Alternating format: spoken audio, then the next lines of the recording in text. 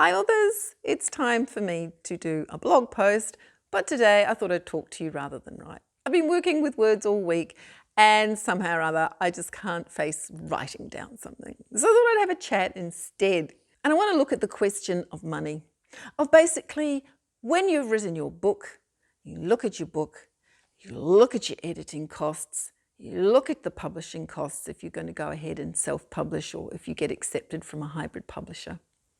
And you ask yourself, is it worth investing that money? It's a tricky one. And it's not a question that you can answer until you've had a professional look at your book. That's because it doesn't matter what your friends say. It doesn't matter what you feel about your book. You don't really know if it's worth publishing until you've had a professional look at it and go, yes or no.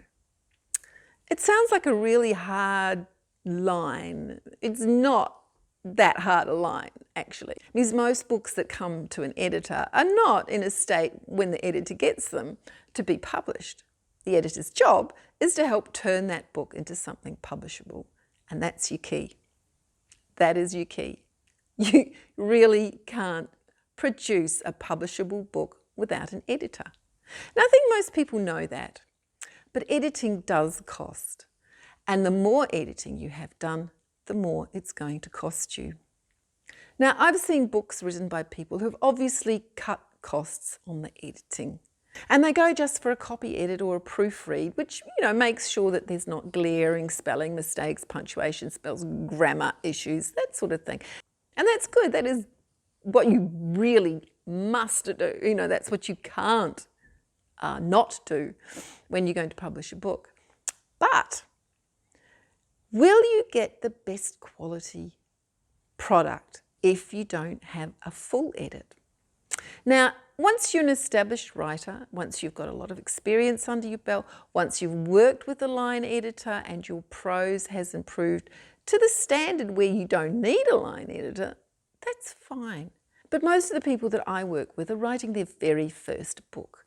They don't have that experience. And until you work with a line editor, you don't know what's wrong with your prose. It might look perfectly fine to you. It might look perfectly fine to your husband, your children, your friends, whatever. But it's not professional. So you can cut that cost. You can say, no, that's too expensive. I'm not going to do that. But honestly, if you can't afford the line edit, I suggest you don't publish. That's because if you publish without the line edit, unless you're an experienced writer who already writes really great prose, then you're not going to be putting out a quality book.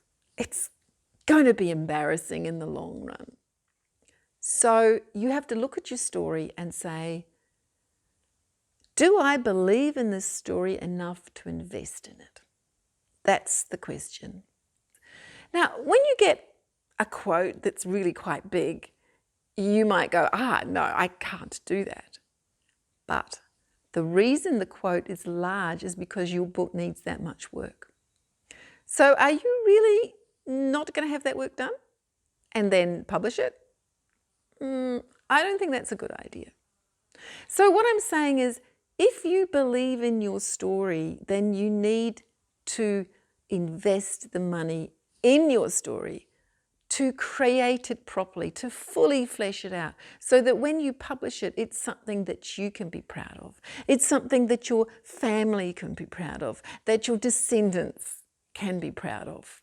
If it's not like that, what's the point of publishing it? What is the point of publishing something that's just not so very good? I mean, it might be almost there. It'll pass a lot of people. There's a lot of people who don't notice things that are wrong, because they're not a professional, so they don't notice. And, that's fine. If you've got a good story, you can get away with a lot of stuff. But when you're a new author, you're learning. And the best way to learn is to work with a professional. So I'm encouraging you to invest the money in the editing. Oh, I'm an editor. Of course I would say that. But no, I'm not just saying that because I'm an editor and, actually I've got plenty of clients, so I'm not on the grab here. I'm trying to help you as an author make a decision about the money that you're going to put into editing your book. It's got to do with pride in your work. It's got to do with how you want to feel about your finished product. Do you want to be confident that it is as good as it possibly can be? Do you want to be confident that it is worth publishing? Because I don't think that you can be without a professional looking at it. Now, for some people, having a professional look at it, it might just be a manuscript appraisal where they go through it and they pick up a few things and then they say, well, your prose is fine, all it needs is a proofread. Great, if that's you, that's marvellous, but you know that that's you because you've been to a professional and you've had their professional opinion on it. If the professional reads your manuscript, if your appraisal and said, look, there's a huge amount of work that you need to do here to bring this up to standard, and it's going to cost you a lot of money, well, that's great because now you know it. And then you have to make the decision, and am I going to go on with this and invest this money or not? Because that's the question that you have to ask yourself. Because I don't think it's worth going on with a project unless you do it properly. But that's just me. So how do you make this decision about your work? If you're being asked to invest maybe $1,500 in the editing and, maybe a couple of thousand for publishing. Now, some of you just won't have that money, so that's fine. Decision made.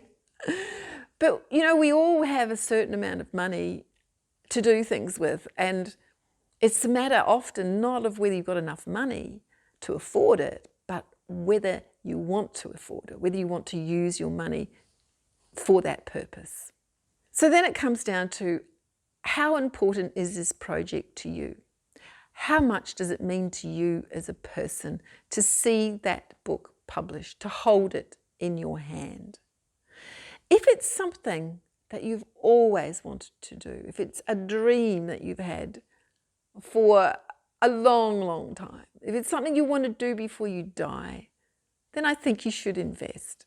If there's money there that you could put into it, then I would do it if it's something that's just going to make you feel great.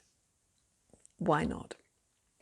And also, when you make this decision about editing, you're also kind of making the decision about publishing, because you're not going to pay for the editing if you don't think it's worth publishing.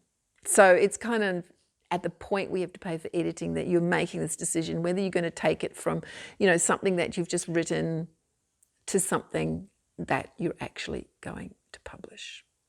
So we have two things to think about. One is the meaning of the project to us and how important it is to us. The other thing is the potential for sales, because we're talking money here. So we want to know whether maybe we can get our money back. That would be great. Maybe we could even make money. That'd be great too. But the reality is there's not a huge number of best-selling books, not compared to the number of books that are actually published. The likelihood is that your book won't be a bestseller. And if you're self-publishing, in fact, any kind of publishing today, authors have got to do a lot of marketing themselves. So I don't think it's wise to make this decision about editing based on the idea that you're going to make money on it. You might, great, but you might not. Okay, and the likelihood is that it's going to take you a few years to break even. Some people never break even because they don't do any marketing. Okay, and that's fine. If you are doing it as a hobby and you're doing it because you just really want to get that book out there, and you think of it like maybe like a golfer buying the best clubs so that when they get out on the field and they use their clubs, they know they've got the best help possible to play a good game. And they don't expect to get money back from investing in that hobby. If you treat your writing like that, then it doesn't matter whether you get your money back or not. If you do, great. Make more money? Excellent. But you've decided simply that it's something worth investing in, regardless of whether you get your money back or not. But you do need to realise that these days, once you put a book up there, it's in an electronic form and then printed out as people want them. So once it's up there, it's there. 20 years down the track, you probably will have covered your costs. So long as you do, a bit of marketing and keep your sales popping along. But even so, I would make the decision on how important this particular project is to you. And I would encourage you to invest the money to complete your project to a top quality standard, simply for your own satisfaction. When should you decide not to do it? Well, obviously, if you can't afford it, if you really can't afford it, fine. When you're unsure about the quality of your story, the person who did your manuscript appraisal should give you a good idea as to the quality of the story overall.